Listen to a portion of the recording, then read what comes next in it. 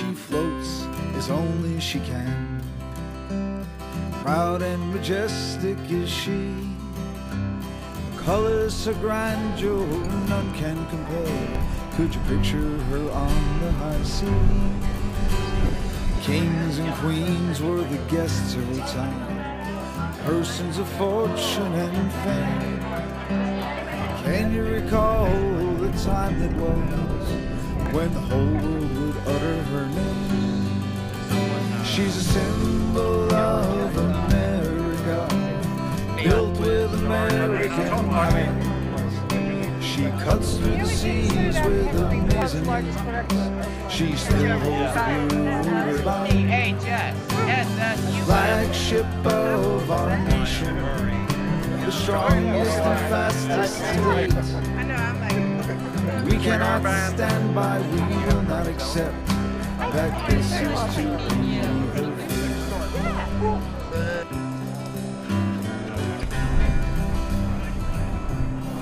Welcome to the 60th anniversary of the SS United States' maiden voyage. My name is Charles Anderson. I'm president of the SS United States Conservancy. I guess I should tell you that my relationship to the ship is that my father was a commodore of the ship from 1952 to 1964. And I had a great experience today because I was able to tour the ship. And the last time I had been aboard the United States was in 1969 as a freshman in college on my way to Europe. And I can tell you that I was actually quite optimistic because standing on the bridge of that ship looking aft, I could actually find myself back in 1969 and visualizing what it was like to be traveling 30 knots across the Atlantic on this beautiful US flag liner. We really hope that younger generations of Americans will be able to experience a ship like this. Thank you so much, Charlie. And thank you so much, everyone, for being here this evening. As Charlie mentioned, we are here to celebrate the 60th anniversary of this ship's maiden voyage. I was not on board the maiden voyage, but my grandmother was. She wrote, "Finally, one by one, the gangplanks were pulled in, and at last she moved out so slowly. I don't remember much about lunch, except that I had a shirred egg, which was exactly the right consistency, prefaced by a much-needed dry martini." The maiden voyage of this vessel really was a triumphant moment for the nation. The equivalent of the space shuttle blazing into space. The ship really symbolized the nation's pride of purpose, technological ingenuity, and of course, as we all know, the vessel smashed the transatlantic speed record, crossed the Atlantic in 3.5 days, 10 hours faster than the Queen Mary, and she really does remain the most famous ship that didn't sink.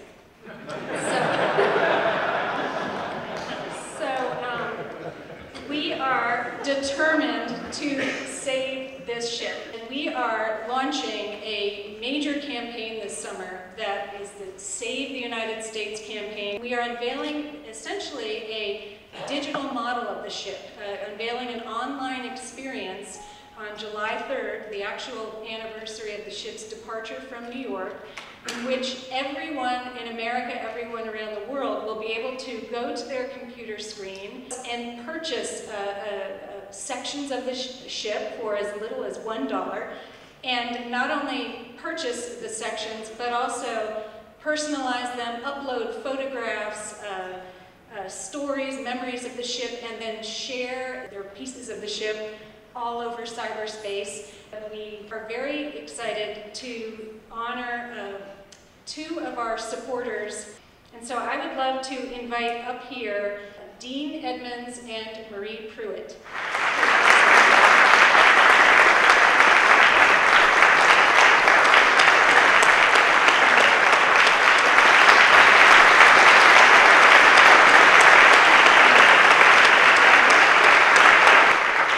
Thanks a lot, Susan. Thank you also to Charlie, to the rest of the Board of Directors of the Conservancy, to the wonderful staff of the Conservancy and the Advisory Council.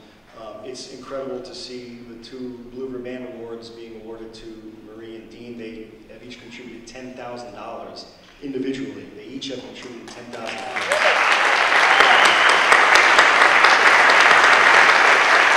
Thank you all for being here. What the redevelopment project does is it separates out the business venture portion of this effort from the nonprofit portion. That's important for a couple of reasons. Number one, people need to understand that the nonprofit mission is pure, it's simple. It's to save the legacy, preserve the legacy of this ship, which is an irreplaceable American icon. But we can't do that unless we have a viable business model in order for the ship to survive into the next 20, 30, 50, 70, 100 years. This ship has to become a viable business once again. And that's what the redevelopment project is all about. I want to tell you the glass is half full, ladies and gentlemen. The glass is half full. We have a lot of optimism. We have a lot of great things in front of us. I can tell you that we've received a number of submissions already for our request for proposals process. This essentially is a once-in-a-lifetime opportunity. In 2012, this year, ironically the 60th anniversary of the maiden voyage, we can either save this absolutely irreplaceable piece of American history, or we can let all the brilliance and determination and effort that this ship represents fall apart and slip through our fingers. And I know, especially in this room, that you agree with me when I say that failure is not an option. We will make this happen. So we appreciate it. Thanks very much for coming out this evening. Thanks very much, Dan, Susan. Yeah, it is absolutely my honor and privilege to serve on the board, and I would just like to let you all know who don't already know that this board and the advisory council, etc., is the ship couldn't be in better hands.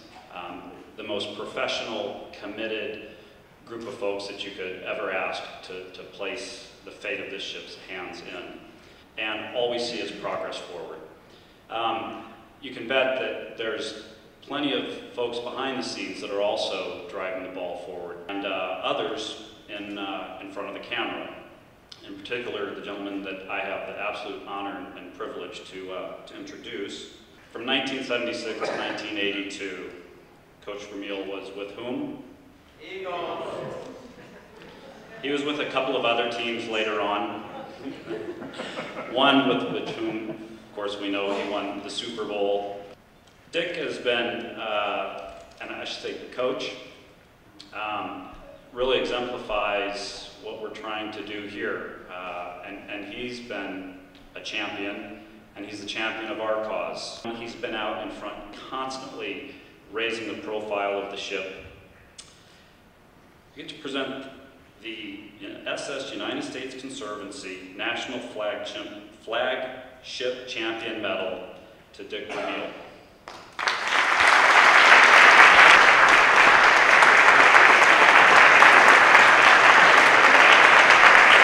Thank you very much, ladies and gentlemen. Thank you.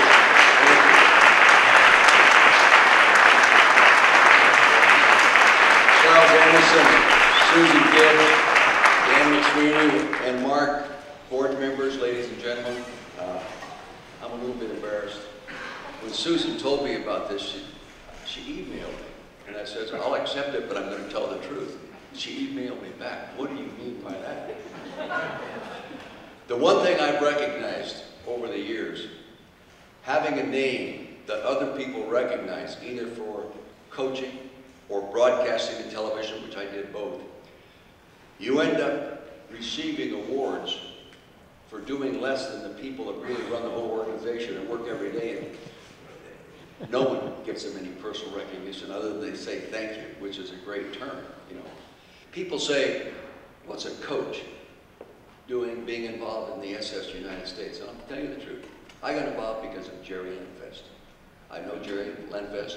At one time we were going to be neighbors out in Chester County where I live, and then he gave the property away. He gives everything away. Get in line, okay? And I'm sorry he can't be here, he's traveling, but when I saw a man step up and give $5 million, I thought, by gosh, I could step up and give my time.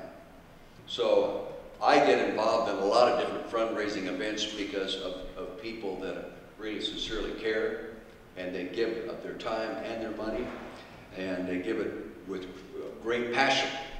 And I try to help those people to do that. There are people that know about it. We have to get it in front of more people to educate them and make them aware of how far ahead the United States of America was in doing something like this then. Make the biggest, the best, the fastest at that time in our society is big. I travel all over the United States, and I don't go to any city that there isn't something at the airport that tells you about something to go see that's been preserved in the history of that city or our country, similar to the Liberty Bell. Well, this is part of our country. This is part of our country, and very much worthy of being preserved, and for all the right reasons. You know, put it in perspective, the first round pick quarterback this year's contract would pay for the first $30 million. But that's how we're going. So, you know, someone asked me earlier, what do you think it'll take to get it done? And I says, well, Jerry Linfest is a quarterback. You need some superstars. We've got to find a few more superstars to line up with Jerry Linfest and do what he's done. And they're out there, but we have to make them aware of it. I volunteered to try to help make more people aware of it by doing the public service announcements. Not because I want to see myself on television. No, but I have a name that people recognize. They might turn and listen. I receive the awards. You do the work. It's fun to be here. I've been to some of the other events, and I'm looking forward to watching the movie. And good luck. Let's just win.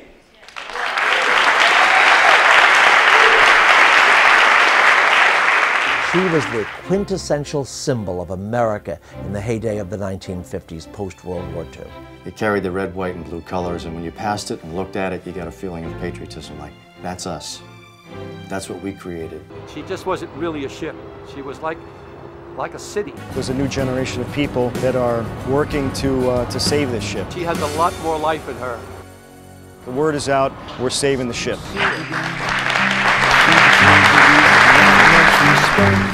For she's a symbol of America, built with American hands. She cuts through the seas with amazing ease. She still holds a blue ribbon, a symbol of America, her namesake, the United States. Let's do this for our country before it is too late. A symbol of